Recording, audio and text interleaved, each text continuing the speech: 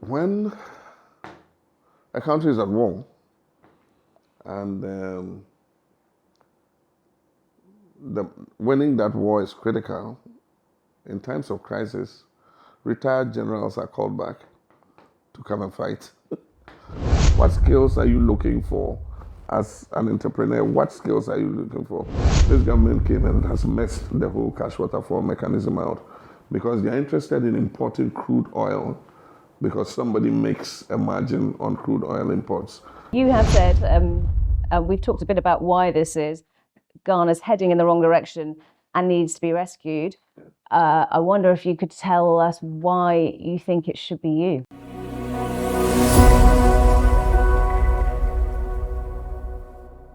It's a pleasure to meet you and to talk to you today. I wonder if we can start with you saying that Ghana needs an urgent reset. Why do you think that is? What does it need? Yeah, well, when you use your phone and it gets frozen, what do? You reset it, you restart it. And so we need a restart. I mean, we've hit a dead end. Our economy is in crisis, and everything else has a linkage to the economy. Inflation is up. We have a depreciating currency, and our whole macroeconomic framework is unbalanced. And so we need urgent fiscal reforms, but not only in the sphere of the economy, but even in governance. Well, let's talk about the economy and inflation in particular, because that's something that people are really going to be noticing in their pockets. Cost of living gone up enormously. How are you planning to address that? The cost of inflation was the heavy borrowing government did from the central bank. In a space of 2 years, they borrowed in excess of 70 billion cedis, and that is what drove inflation up. I remember that in our final year in office in 2016, we did zero central bank financing. And so it meant that we financed the budget from our own resources. And so we need to go back to that. Already in the IMF program, the program has stopped central bank financing. So that's a good start. But we need to undertake some fiscal reforms, bring down expenditure, and increase revenues. Not increase revenues by just adding additional taxes, but looking at non-tax revenues, smart borrowing, so that we don't continue to increase the public debt.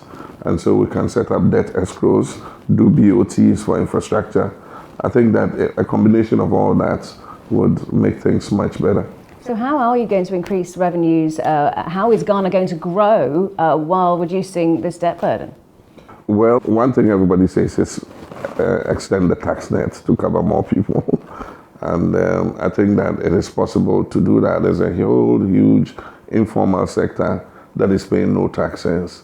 I mean, there are all kinds of professionals, artisans and things who are getting paid every day and they don't contribute their quota to the taxes. So we'll find smart ways of getting them into the tax. That's the first one.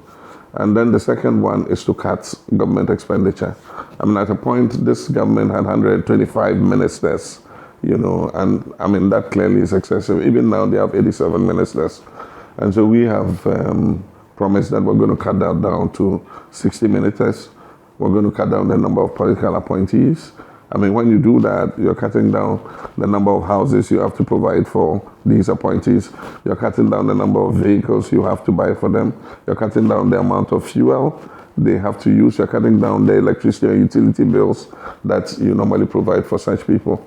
And so government must show by itself that it is prepared to cut expenditure before it calls on other people to make sacrifices. So cutting expenditure is one of the things. Then eliminating waste is another. There's a lot of waste in the government sector. For instance, every year we have the Auditor General's report, and it shows that we lose anything between 13 and 15 billion cedis every year to malfeasance and malpractices. And so one of the things we want to do is the fight against corruption, get special courts to try people who are indicted in the Auditor General's report so that it can be a deterrent to others not to do the same thing. We were talking just now about how Ghana was going to grow.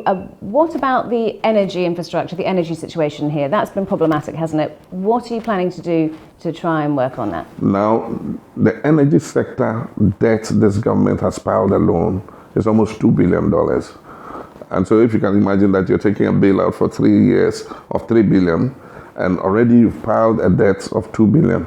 I don't know why that was not factored into the negotiations with the IMF, because it can total everything that this current program is doing. And so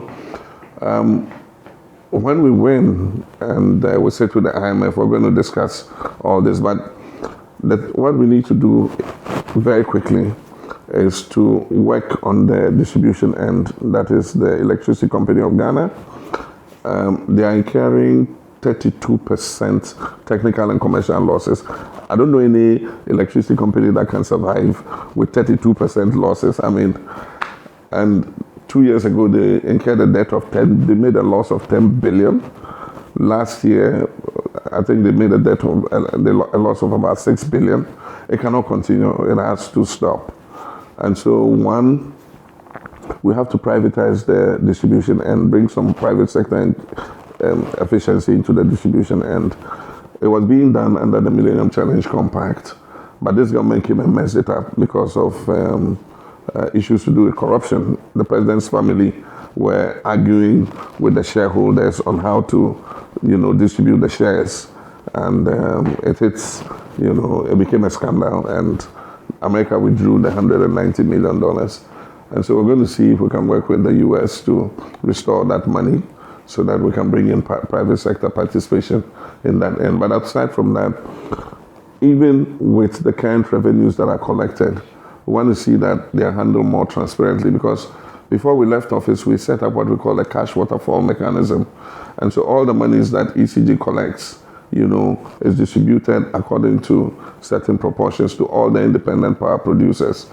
This government came and has messed the whole cash waterfall mechanism out, because they're interested in importing crude oil because somebody makes a margin on crude oil imports. And so they make ECG pay for the crude oil directly so that they can get their commissions instead of paying the independent power producers. So as I said, one of the bigger ones, which is the Sunan Asogli plant, is shut off because government owes nearly $300 million. And so these are things that we need to deal with as soon as we come in. Otherwise, the energy sector can crash this economy. Is there an argument, though, for an infrastructure change to actually change the way that energy is produced? We need to produce more gas. We have gas that comes from the Jubilee field, that is from Talo. And we set up the Etuabo gas processing plant to process that gas to supply it for power production. Then we also have ENI. ENI discovered a major gas field, and the gas is processed on the FPSO, and it's also supplied, to the thermal plants. We currently are supplying about a little over 60% of our gas needs for electricity generation. We need to push that up to 100%, because if we push that up to 100%, we'll be saving almost $400 million a year. $400 million a year. And so that's something that we need to look at. Unfortunately, this government has messed the whole chain, the whole value chain in the energy sector up. And so again, for the gas that is being taken, they're not paying for it. And so because of that, ENI has reduced the volumes that it's pumping. We set up the ENI project with a World Bank guarantee. You won't believe that the guarantee has been drawn down for non-payments until it's left with just $50 million. If ENI draws down on the $50 million, it means we'll incur another default with the World Bank. And so it's a very precarious situation that needs to be dealt with as quickly as possible. We have our people, energy experts, looking at the whole system and looking at the steps that we need to take immediately to make sure that our energy sector does not collapse. Well, let's go back to people, away from projects and back to people, young people in particular. There's a big problem with unemployment among young people, isn't there? A brain drain, if you like, people leaving the country to seek opportunities elsewhere, people not finding work here. It's a big issue. What are you planning to do about it? Before I left office, we held a conference between business and academia. And it was very interesting. The university dons were seated there, and the captains of industry were seated here. And we asked them to have a conversation. And the conversation was, what skills are you looking for as an entrepreneur? What skills are you looking for? And he says, I'm looking for middle-level technical skills. And it was obvious that there was a disconnect between what business was looking for and what we were producing from the schools. We're producing more graduates in certain sectors, MBAs and, those kinds of areas. So we need to make a shift. And so one of the things we're going to do is to build more technical and vocational training schools. I've actually said that in every district we must have a modern technical and vocational training school so that more of our young people, even when they leave senior high school, can go and learn a skill. So that's the first thing. The second thing is that total government employees do not exceed 1 million people. And Ghana's population is 33 million people. So it shows that the capacity of government to employ is very limited. And so it means that if we must absorb a lot of these young people, the private sector must be empowered to be able to do that. Unfortunately, we keep paying lip service to the private sector and dumping more taxes on them. The private sector that is known is bearing the brunt of all government's taxes. And so it doesn't give them the opportunity to raise more capital and reinvest. And so we're going to see how we can rationalize those taxes so that it makes Ghana a more favored destination for investments. We have not exploited our potential in agribusiness. We always encourage the farmers to farm. We give them subsidized fertilizer and all that.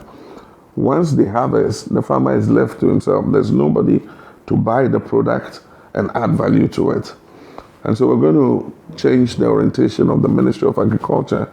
It's going to be called the Ministry of Food and Agribusiness, not the Ministry of Agriculture, Food and Agribusiness, because we want to emphasize the agro-processing end of the agricultural value chain.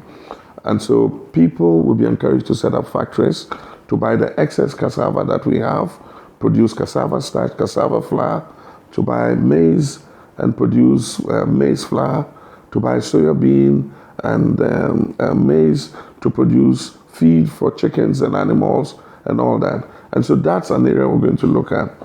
Currently, we export raw cashews, and yet it's possible to process those cashews ourselves, brand them Ghanaian cashew, and export them. These cashews are bought raw, taken to India, processed, and shipped to Europe and America. We can short-circuit that and create a direct value chain between Ghana and the markets outside. I want to touch on ECOWAS, which you mentioned there, and your regional neighbours, and particularly perhaps your neighbours who aren't now in ECOWAS.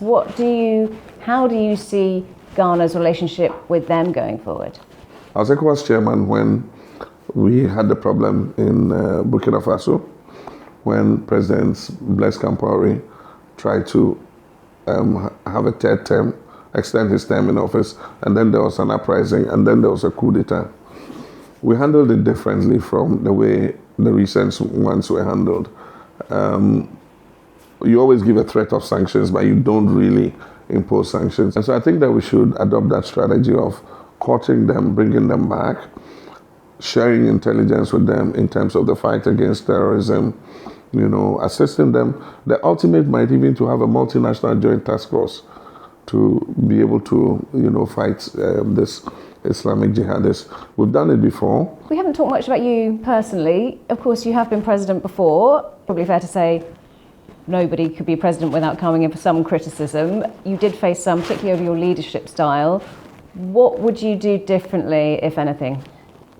One thing after reflection over being in opposition for 8 years is that we must continue to do infrastructure because it helps with productivity and it helps to grow the economy. But we must also look at the issue of livelihoods and how we can help people to grow their businesses, set up businesses. I think we focus too much on infrastructure at the expense of livelihoods, and so we're going to look at livelihoods.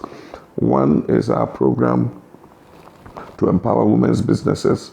And that's why we're suggesting the National Women's Development Bank, which would target 200,000 women every year, 200,000 women's businesses every year, and give them small loans without collateral, low interest, to try to grow their businesses. You're talking about people's livelihoods. We talked already about the high cost of living. One of the effects of that, if you like, has been an increase in illegal mining. That's something the current government's promised to deal with. What would you do to try and tackle it? Actually, the current president put his job on the line. If he failed to deal with it, then I'd expected that he would resign, because he's failed completely. And one of the major things that is making it difficult to fight illegal mining is that it is the appointees of the president are themselves involved in illegal mining, and so there's no will to actually stop it. They have a saying, "Party here sika." It means the party needs money, and so because of that, all of them plunged into small-scale mining, illegal small-scale mining.